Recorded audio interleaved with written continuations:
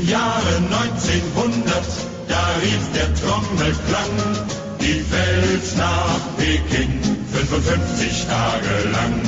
Die Flammen loderten zum Himmel, der Tod zog voran seinen Gang, er zog durch Peking, 55 Tage lang. Der Aufstand dunkler Mächte, die der Hass geboren hat. It's been 145 years since you've last seen this Egypt, and a lot has happened since then.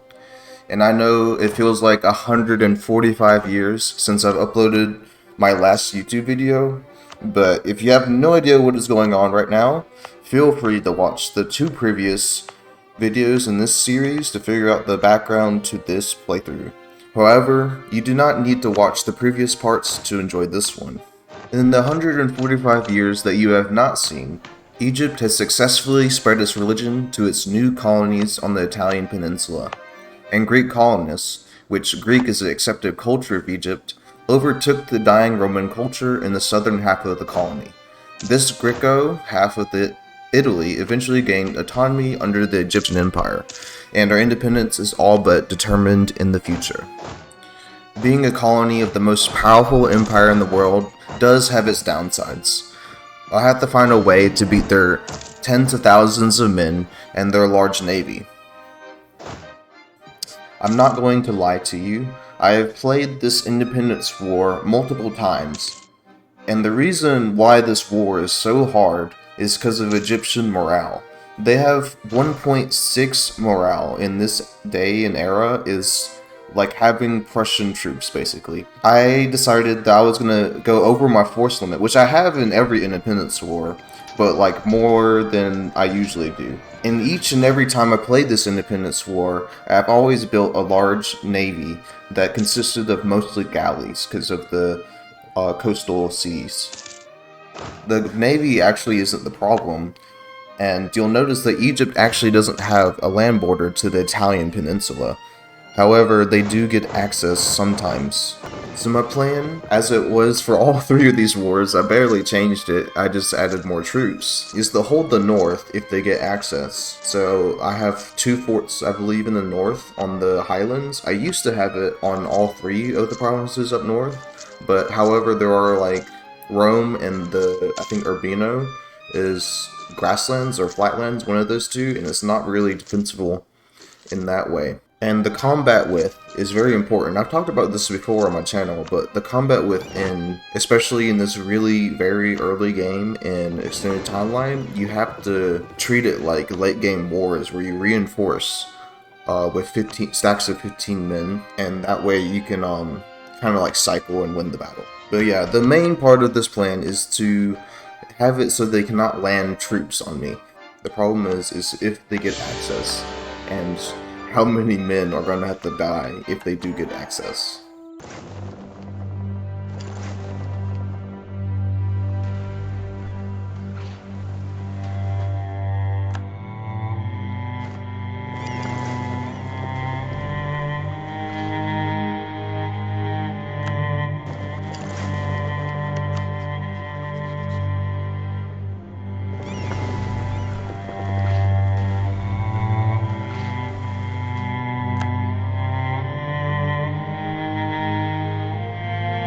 And unfortunately, that was the war. And I say unfortunately, it's because I think I could have actually beat their armies if they came. I hadn't even hired mercenaries yet, so it's at least 2 more stacks of 15,000. So I really think I could have beaten them this time, but unfortunately they were not allied to like a barbarian up to the north, and that's how they get access in the previous wars. But don't worry, I will actually fight them in the future in this video. So and plus there's going to be some big wars in between, a lot of wars in between actually, so I will actually have a real battle with them eventually, but for now our independence is good enough. And in fact I declared war on Tuscany to the north of me with my over force limit troops because I was itching for war at this time, and I did not realize at the time how big of a war this would turn out to be.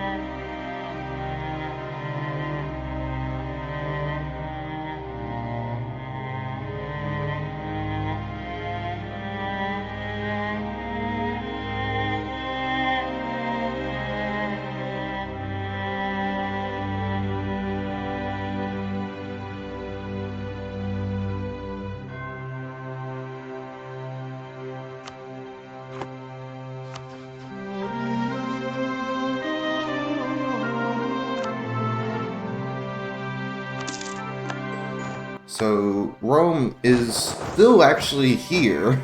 It's fading a little bit. There's barbarians everywhere taking their land. So I'm going to declare war on them, and the goal of this war is to get a foothold in Iberia.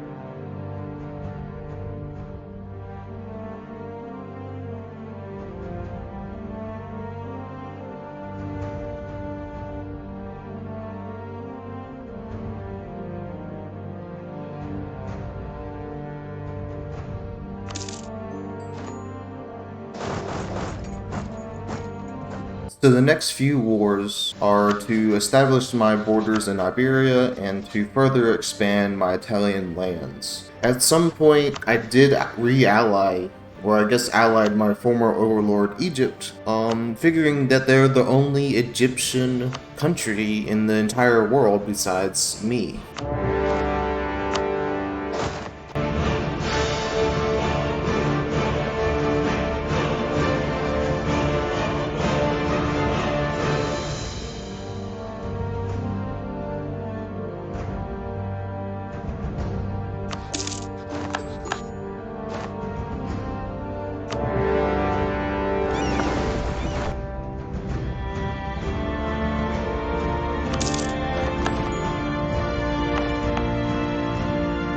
So I actually forgot that Germanic kingdoms actually split apart when they ruler dies. I guess it makes my job a little bit easier killing Francia, East Francia to be specific.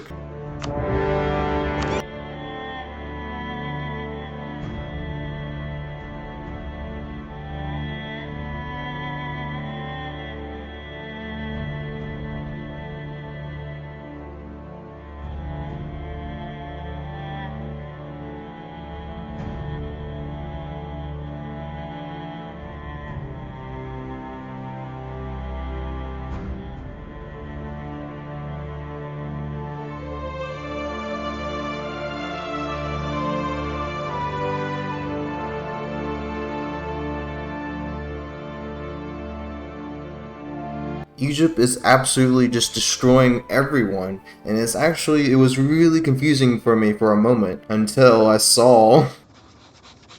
No, no, no, no, no, no, no! Wait! Wait! For those of you that are uninformed, why this is so bad for me is because for 50 years, in the extended timeline, Egypt is basically unkillable. They have god armies, almost unlimited manpower, god rulers, like, it is almost impossible to stop Egypt at this point for at least 50 years. And another thing, they're like a barbarian tribe where they can just occupy provinces and just take them and core them instantly. Like in the war, like not taking it in the peace deal, it just becomes theirs. So you're about to see Egypt like triple in size. They're already huge. And the reason why I thought this wouldn't happen, like, I converted all of the provinces to Egyptian, and I did not realize that, like, I guess maybe any pagan faith is fine for Islam to spawn, but I thought specifically it had to be South Arabian. But I guess Egyptian works with Islam, which is very interesting.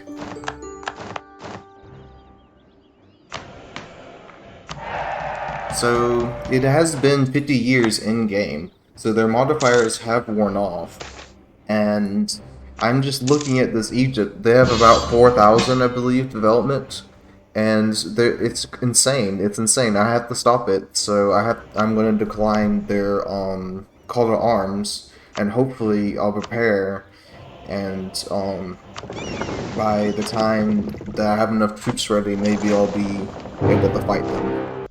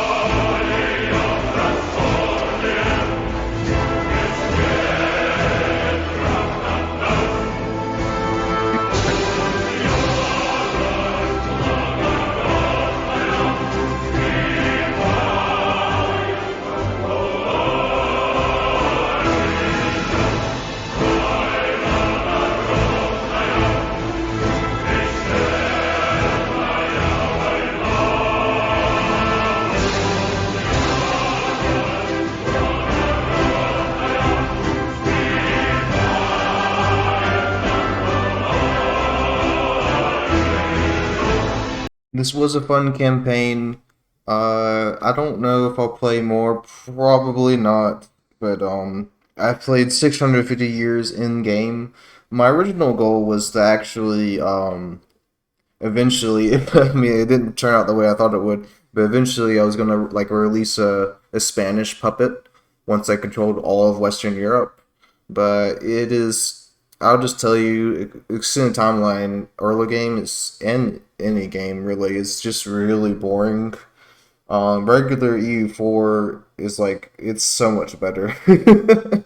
Like I get it, it's fun to watch, but I I don't know if I'd wish anyone else to like play this. Um, but I have put in some of my my other playthroughs that I've been messing around with. I got a achievement. I didn't really record that campaign. Um, to be honest, I think I'm gonna stick with like anything other than extended timeline. But I know it gets the views, but I am busy and stuff, and you know. But yeah, it was fun. I'll either see you next month, next week, or in 5 years. Let's see when.